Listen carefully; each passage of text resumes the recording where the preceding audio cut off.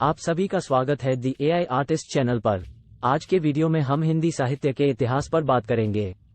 हिंदी साहित्य एक अत्यंत समृद्ध और विस्तृत क्षेत्र है जो अपनी विविधता और संस्कृति के साथ दुनिया भर में प्रसिद्ध है। इस वीडियो में हम आपको हिंदी साहित्य के महत्वपूर्ण संग्रहालयों, लेखकों, कवियों, उनके युग और कार्यों के बारे में बताएंगे। दी एआई आर्टिस्ट चैनल द्वारा दिए गए नवीनतम तकनीकों के साथ हमने इस वीडियो को संपादित किया है ताकि आपको एक अद्भुत और ज्ञानवर्धक अनुभव मिल सके। तो चलिए हम सब मिलकर हिंदी साहित्य के रोमांचक इतिहास में एक सफर पर निकलते हैं। हिंदी साहित्य पर अगर समुचित परिप्रेक्ष्य में विचार किया जाए तो स्पष्ट होता है कि हिंदी साहित्य का इतिहास अत्यंत विस्तृत व प्राचीन है। सुप्रसिद्ध भाषा वैज्ञानिक हरदेव बाहरी के शब्दों में हिंदी साहित्य का इतिहास वस्तुतः वैदिक काल से आरंभ होता है। ये कहना ही ठीक होगा कि वैदिक भाषा ही हिंदी है। इस भाषा का दुर्भाग्य रहा है कि युग युग में इसका नाम परिवर्तित होता रहा है। कभी वैदिक, कभी संस्कृत, कभी प्राकृत, कभी अपभ्रंश और अब हिंदी। आलोचक कह सकते हैं कि वैदिक संस्कृत और हिंदी में तो जमीन आसमान का अंतर है।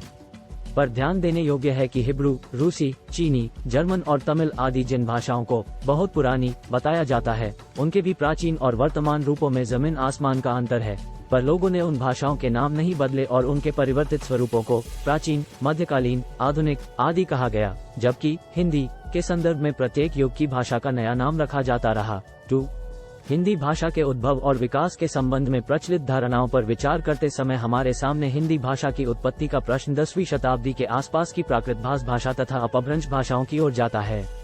अपभ्रंश शब्द की व्युत्पत्ति और जैन रचनाकारों की अपभ्रंश कृतियों का हिंदी से संबंध स्थापित करने के लिए जो तर्क और प्रमाण हिंदी साहित्य के इतिहास ग्रंथों में प्रस्तुत किए गए हैं, उन पर विचार करना भी आवश्यक है।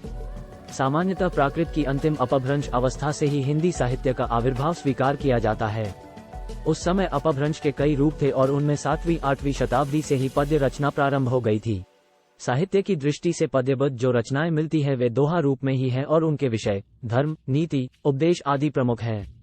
राजाश्रित कवि और चारण नीति, श्रृंगार, शौर्य, पराक्रम आदि के वर्णन से अपनी साहित्य रुचि का परिचय दिया करते थे।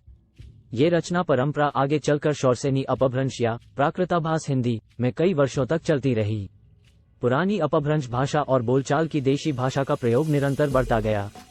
इस भाषा को विद्यापति ने देशी भाषा कहा है, किंतु ये निर्णय करना सरल नहीं है कि हिंदी शब्द का प्रयोग इस भाषा के लिए कब और किस देश में प्रारंभ हुआ। आशा करते हैं कि आपको इस दी एआई आर्टिस्ट चैनल के इस वीडियो हिंदी साहित्य का इतिहास का आनंद आया होगा। ये वीडियो हमारी संस्कृति और भाषा के इतिहास को समझने में मददगार होगा। एआई और मशीन लर्निंग के साथ हम आज एक नया युग देख रहे हैं जिसमें कलाकारों और उनकी कला को संगठित करने के लिए नई तकनीकों का उपयोग किया जा रहा है।